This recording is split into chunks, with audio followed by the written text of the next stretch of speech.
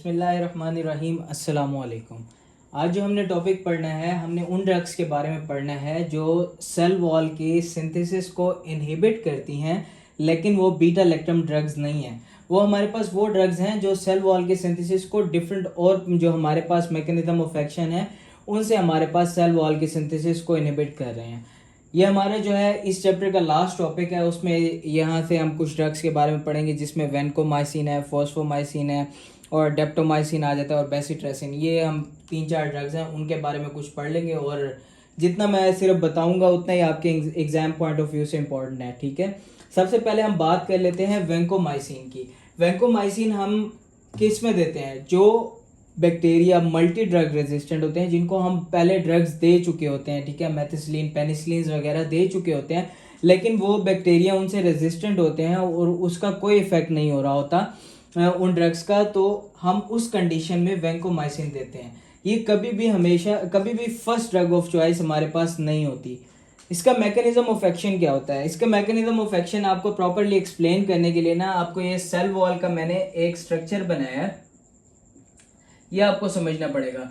ये हमारे पास glucose compounds हैं जो सेल वॉल के हमारे पास होते हैं, और ये क्या है हमारे पास इसके साथ एक दूसरे से अटैच हुए हैं। किससे? ट्रांसग्लाइकोसाइलेशन से ग्लूकोज कंपाउंड्स अटैच हुए हैं। और नीचे हमारे पास क्या है? ट्रांसपेप्टाइडेशन। ट्रांसपेप्टाइडेशन के अंदर किस चीज के? अमाइनो एसिड्स लिंक होते हैं ना, तो ये हमारे पास अमाइनो एसिड्स की चेन है पड़ी, ठीक है, ये हमारे पास एक दूसरे से लिंक हुई हुई है। ये इसकी ट्रांसग्लाइकोसाइलेशन और ये इसकी ट्रांसपेप्टाइडेशन। अब ट्रांसपेप्टाइडेशन के जो एंड वाले दो अमाइनो एसिड्स होते हैं ना, हमेशा जो आगे से आगे कनेक्ट हो रहे हैं, उनके अंदर होता है डी एला, यानी कि डी एलानिन हमारे पास अमीनो एसिड हमारे पास यहाँ प्रेजेंट होता है। तो ये क्या करते हैं? ये वेंकोमाइसिन जो है वो हमारे पास जाके एक्ट करेगी इस डी एला पोर्शन के ऊपर, जाके यहाँ पे जाके अटैच होगी, ठीक है। ये हमारे पास वेंकोमाइसिन है, वेंकोमाइसिन ने आके अटैच होना है इस डी एला पोर्शन के ऊपर अटैच हुई, और क्या करेगी यहाँ पे हमारे पास इसको इनहिबिट करेगी। ये जो ट्रांसपेप्टाइडेशन हो रही थी, डी एला से जोड़ा था, और ये ट्रांसग्लाइकोसाइलेशन हो रही थी, इन दोनों को इनहिबिट करेगी। अब ये दोनों इनहिबिट होंगे तो हमारे पास सेल वॉल के सिंथेसिस जो है वो नहीं हो पाएगी। तो ये जो है इसका मैकेनिज्म ऑफ एक्शन है वेंकोमाइसिन का। सेल वॉल थी, सेल वॉल के अंदर ग्लूकोज कंपाउंड ट्रांसग्लाइकोसाइलेशन, सेल वॉल बन रही है ट्रांसग्लाइकोसाइलेशन, ट्रांसपेप्टाइडेशन, नीचे वाले दो amino acid D alanine amino acids हैं, ठीक है। और ये क्या है हमारे पास? ये ड्रग उस पोर्शन पे जाके डी एला पोर्शन के ऊपर जाके अटैच होगी और इनहिबिट करेगी ट्रांसपेप्टाइडेशन को, जो पेप्टाइड लिंक है, और इस ट्रांसग्लाइकोसाइलेशन को, और सेल वॉल के स्ट्रक्चर को जो है खराब कर देगी, इनहिबिट कर देगी, बनने नहीं देगी और बैक्टीरिया को किल कर देगी। ये हमारे पास वेंकोमाइसिन का मैकेनिज्म ऑफ एक्शन है। अब बात कर लेते हैं कि बैक्टीरिया इसके अगेंस्ट रेजिस्टेंस कैसे प्रोड्यूस कर रहे हैं। बैक्टीरिया क्या करता है? ये जो एंड में डी एला जो हमारे पास कंपाउंड अटैच होता है, एक दूसरे से बनता है, ट्रांसपेप्टाइडेशन होती है, जहां पे जाके इस वेंकोमाइसिन ने अटैच होना है, वो क्या करेगी? लास्ट अमीनो एसिड को डी लैक्टेट कर लेगी, ठीक है। उससे खास स्ट्रक्चर नहीं पड़ेगा सेल वॉल में, लेकिन वो मॉडिफाई हो जाएगी इसकी सेल वॉल, और जिसकी वजह से हमारे पास वेंकोमाइसिन को डी एला पोर्शन मिलेगा नहीं अटैच होने के लिए, और वेंकोमाइसिन हमारे पास एक्ट नहीं कर सकेगी। और दूसरा इसका क्या होता है? जो ये ऊपर पेप्टाइडोग्लाइकेन लेयर होती है वो हमारे पास उसकी थिकनिंग कर लेते हैं। ये हमारे पास कुछ और बुक्स में लिखा हुआ है, लेकिन जो हमारे पास कैटजंग है ना, उसमें ये हमारे पास सिर्फ यही बताया हुआ है कि डी एला और डी लैक्टेट हमारे पास जो है वो बना लेता है एंड में, और जहाँ पे अटैच नहीं हो पाता और रेजिस्टेंस प्रोड्यूस करता है। अगर आपसे पूछें तो आपने सिर्फ ये बता दें, अगर थिकनिंग ऑफ पेप्टाइडोग्लाइकेन लिखना हो तो वो भी लिख सकते हैं। उसके बाद बात कर लेते हैं इसका स्पेक्ट्रम की। इसका स्पेक्ट्रम जो होता है वो नैरो स्पेक्ट्रम होता है, ये ब्रॉड स्पेक्ट्रम नहीं है। आमतौर पे ये सोचते हैं कि ये मल्टी ड्रग रेजिस्टेंट के बाद यूज़ करते हैं तो हमारे पास ये बहुत ब्रॉड स्पेक्ट्रम होगी। ये ब्रॉड स्पेक्ट्रम नहीं है, ऐसा बिल्कुल भी नहीं है। ये नैरो स्पेक्ट्रम एंटीबायोटिक है। ये किसके अगेंस्ट यूज होती है? जो मेथिसिलिन रेजिस्टेंट स्टेफ ऑरियस है उसके अंदर हम यूज कर सकते हैं, और पेनिसिलिन रेजिस्टेंट स्ट्रेप्टोकोकस नमूने, ये उनके अंदर हम यूज कर सकते हैं। अब बात कर लेते हैं वेंकोमाइसिन की टॉक्सिसिटी के अंदर। सबसे इंपॉर्टेंट इसका टॉक्सिक इफेक्ट कौन सा है? ये रेड मैन सिंड्रोम कराती है। रेड मैन सिंड्रोम क्या होता है? जब भी हम आईवी इन्फ्यूजन में वेंकोमाइसिन को देते हैं, तेजी से अगर देंगे तो वो क्या होता है? फ्लशिंग आना शुरू हो जाता है, रेडनेस होना शुरू हो जाती है, तो उस फ्लशिंग को हम क्या कहते हैं? रेड मैन सिंड्रोम कहते हैं। ये इसकी टॉक्सिसिटी होगी, और साथ नेफ्रोटॉक्सिक भी होती है और न्यूरोटॉक्सिक भी होती है ये ड्रग। ये हमारे पास था वैंकोमाइसिन के बारे में। अब हम बात कर लेते हैं अगली ड्रग के बारे में, जिसके अंदर बात करेंगे फॉस्फोमाइसिन। फॉस्फोमाइसिन कैसे एक्ट करती है और क्या उसका मैकेनिज्म ऑफ एक्शन है। ये हमारे पास ड्रग आ जाती है फॉस्फोमाइसिन।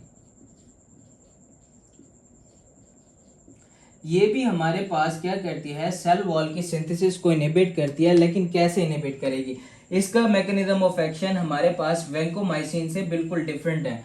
वैंकोमाइसिन क्या कर रही थी हमारे पास, वो ट्रांसपेप्टाइडेशन और ट्रांसग्लाइकोसाइलेशन को रोक रही थी। ये क्या करेगा, हमारे पास बैक्टीरियल साइटोसोल के अंदर एक हमारे पास एंजाइम होता है, जो बैक्टीरिया ना, ये इसका साइटोसोल है, ठीक है, साइटोप्लाज्म जो साइटोसोल होता है, इसके अंदर एक एंजाइम होता है इनोल पायरोवेट एंजाइम, ठीक है, इनोल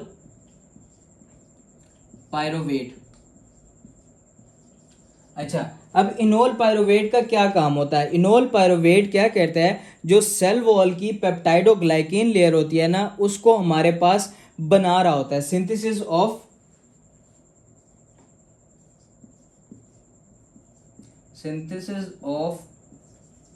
पेप्टाइडोग्लाइकेन लेयर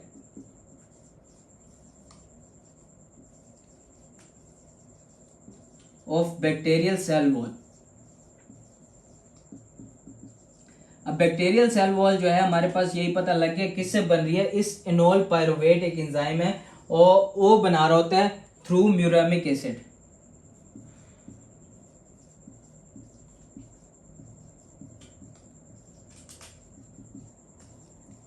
ठीक हो गया। अच्छा, इनोल पायरोवेट ने बनाना है हमारे पास क्या, peptidoglycan layer of bacterial cell wall through the muramic acid. अब ये क्या करती है, फॉस्फोमाइसिन इसको इनोल पायरोवेट को इनहिबिट कर देती है। जब वो इनोल पायरोवेट को इनहिबिट करेगी, इसका मतलब जो बैक्टीरियल सेल वॉल का एक कंपाउंड था, ये पेप्टाइडोग्लाइकेन लेयर थी, वो नहीं बन पाएगी। तो जब बैक्टीरियल पेप्टाइडोग्लाइकेन नहीं बन पाएगी तो बैक्टीरियल सेल वॉल नहीं बन पाएगी। तो ये इस तरह फॉस्फोमाइसिन एक्ट करता है और इनहिबिट करता है सेल वॉल सिंथेसिस को। ठीक हो गया, ये हम बात कर ली थी फॉस्फोमाइसिन की। और एक और चीज़ है जो हमारे पास एमसीक्यू में भी आ सकती है, जो सिंगल डोज ऑफ फॉस्फोमाइसिन है वो हमारे पास बेटर होती है then 7-day course of fluoroquinolones. ये हमारे पास ये इनहिबिट कर रहा था, ठीक है, single dose of fosfomycin has better effect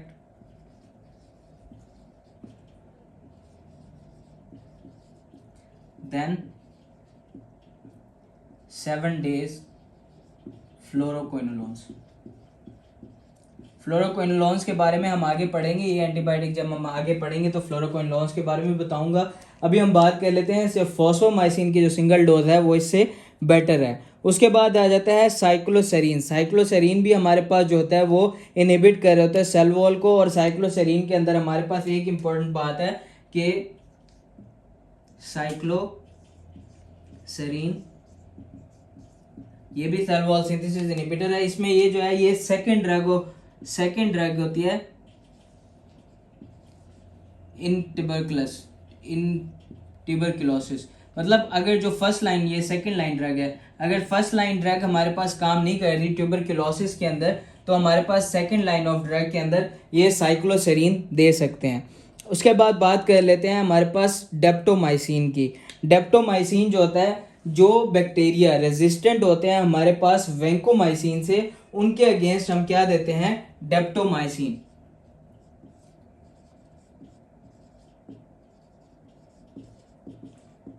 तो ये किस में काम आएगा हमारे पास, अगेंस्ट वर्सा यानी कि वैंकोमाइसिन रेजिस्टेंट स्टेफ ऑरियस और VRE वैंकोमाइसिन रेजिस्टेंट एंटेरोकोकस, इन दोनों के अगेंस्ट जो है ये हमारे पास डेप्टोमाइसिन दे सकते हैं। और इसका जो एक साइड इफेक्ट है, ये हमारे पास क्या करवाता है, ये हमारे पास मायोपैथी करवाता है। जो मसल पेन होता है ना, ये करवा सकता है डेप्टोमाइसिन, मायोपैथी। तो हम जब भी डेप्टोमाइसिन देते हैं ना, मायोपैथी को हम जब भी कंसीडर कर रहे होते हैं तो उसको देखने के लिए हम ब्लड के अंदर जो सीरम के अंदर क्रिएटिन काइनेज लेवल्स होते हैं ना वो चेक करते हैं, सीरम क्रिएटिन काइनेज लेवल्स। तो हम क्या करते हैं, जब भी डेप्टोमाइसिन एडमिनिस्टर कर रहे हैं तो साथ साथ हम सीरम क्रिएटिन काइनेज लेवल्स भी चेक करते रहते हैं, ताकि हमें पता चलता रहे कि ये मायोपैथी इसके अंदर बहुत ज़्यादा तो नहीं हो रही। तो इसको कंट्रोल करने के लिए और ड्रग की डोजेज को देखने के लिए हम ये चीज़ें चेक करते हैं। यहाँ पे हमारे पास जो है पहला जो चैप्टर है इसका वो ख़त्म होता है कीमोथेराप्यूटिक ड्रग्स का। इसके बाद जो है हम इंशाल्लाह नेक्स्ट चैप्टर स्टार्ट करेंगे। इस वीडियो के लिए इतना ही। अगर कुछ ना समझ आया हो तो कमेंट्स में पूछ लीजिएगा। Thank you. अल्लाह हाफिज़।